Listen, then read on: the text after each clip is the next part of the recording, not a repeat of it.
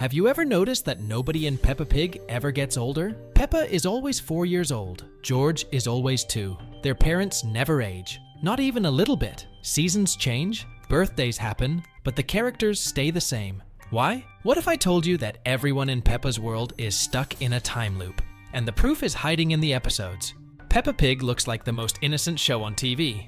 A happy family, simple stories, jumping in muddy puddles. But when you pay close attention to the details, it all seems a little weird. Time passes in this world. We see seasons change. We see holidays happen. Christmas comes and goes. Birthdays are celebrated with cake and presents. But the characters never change, ever. And it's not like the show ignores time passing. Peppa talks about things that have happened in the past. Daddy Pig talks about past events. But nobody gets older. Nobody grows. Nobody changes. What if this isn't lazy animation? What if everyone in Peppa's world is trapped in a loop, living the same period over and over, and they have no idea? Let me show you the proof. The teacher who never ages. Let's start with Madame Gazelle. She's Peppa's teacher. But here's the thing. We have old pictures. Pictures of Mummy Pig and Daddy Pig as kids. Guess what? Their teacher back then was Madame Gazelle, the same one teaching Peppa. Take a look at those pictures. She looks identical. Same face, same hair, same everything. Now, some fans say she's a vampire. To be honest with you though, it seems true. But even if she is one, that still doesn't account for all others. Just think. Madame Gazelle taught Peppa's parents 30 years ago. Mummy and Daddy Pig are supposed to look like they are 30 years old. The Grandpa and Granny Pig are supposed to be ancient. But they all look no different than they have looked all those years ago. It is as if time is passing to a point where history is made and pictures are taken. But the people are not moving. They are stuck at a point where they have always been. Birthdays that don't count. Here is where it gets really strange. Birthdays are common occurrences in this world, just like in our world. Peppa has a birthday. George has a birthday. Their friends have birthday parties. Every single time, it is like the birthday boy or girl is growing up. There is cake and gifts and more. However, after Peppa's birthday, where she allegedly turned 5 years old, she turned out to be 4 in the very next episode. George had a birthday celebration for turning 3 years old, but then he turned 2. The animators are not forgetful. The birthday took place, people had fun, then the cycle rewound. Think about how disturbing that is. You have your birthday, you blow out the candles, you open presents, you feel excited about being older, and then it's all undone. You wake up the same age with no memory of the party. The presents vanish, the age never sticks, you're permanently frozen. In one episode, Peppa learns how to whistle. She takes some time to learn this, then she eventually learns. But in some other episodes, she forgets how to whistle. She has to relearn how to whistle, just like when she first learned how to whistle. Characters go to several different locations for several different first times. Inventions are made to forget all that they learned. The season that never ends. The seasons are a big hint. We notice that autumn comes with leaves falling and chilly weather. Winter brings snow and Christmas. There is blossoming in spring. In summer, there are beach outings. A whole year is completed, right? Nope, it happens again. The same autumn, with the same exact occurrences, the same pumpkin patch field trip, the same snowy hill, the same beach.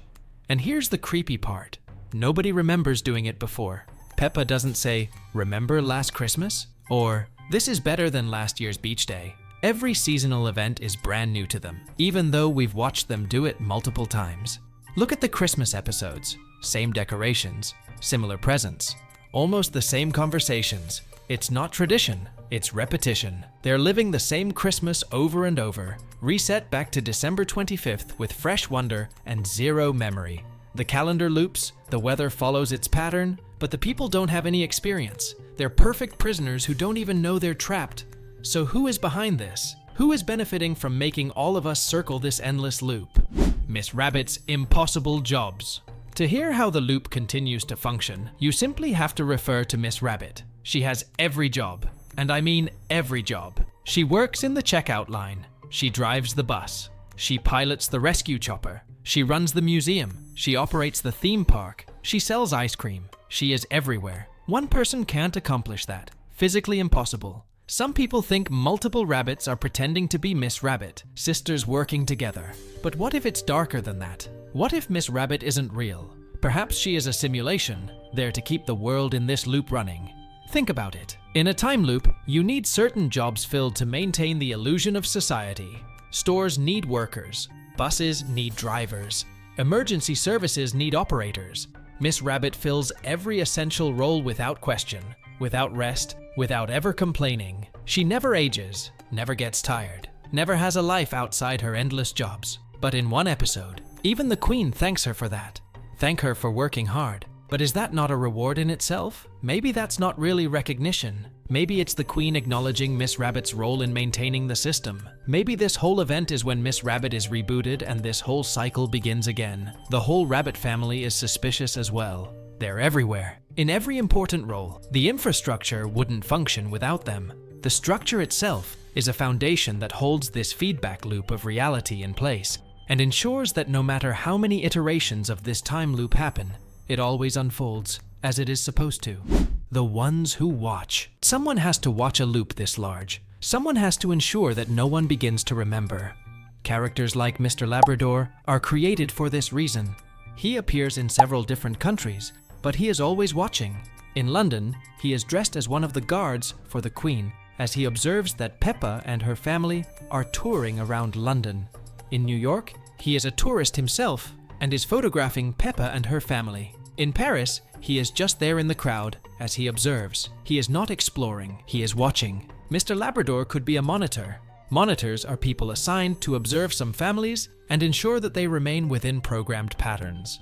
If people in a loop begin to have some memory of past occurrences in a loop, and if people question a lack of changes in a loop, their monitors will report all instances to those controlling the loop, and then changes are made. And the Queen? She appears once in the entire series, but she's the key to everything. She lives in a massive palace with resources nobody else has. She has guards, power, and control.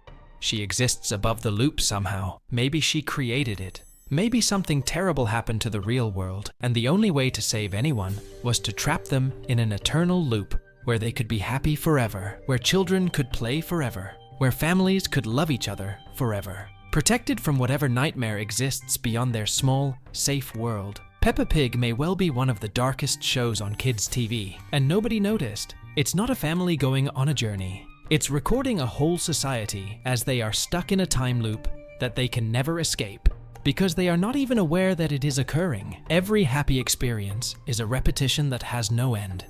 Every lesson learned is a lesson forgotten and learned again. Every birthday, the birthday that is forgotten and had again. Every Christmas is 1,000 Christmases. There are 1,000 more encounters with those puddles for Peppa to jump in and experience that same happiness she felt when it was first and when it is the millionth.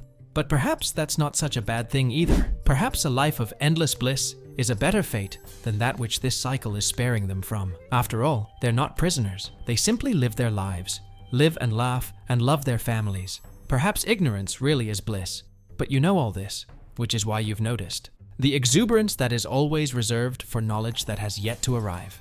George's inability to ever utter more than one syllable. The repetition of Daddy's blunders. The fact that not a single thing changes. Their world is not one of continuity. Their world is one moment in time that lasts forever. But if this theory has just blown your mind and changes all that you thought you knew, then make sure to hit that subscribe button. And as always, we'll see you all in the next video.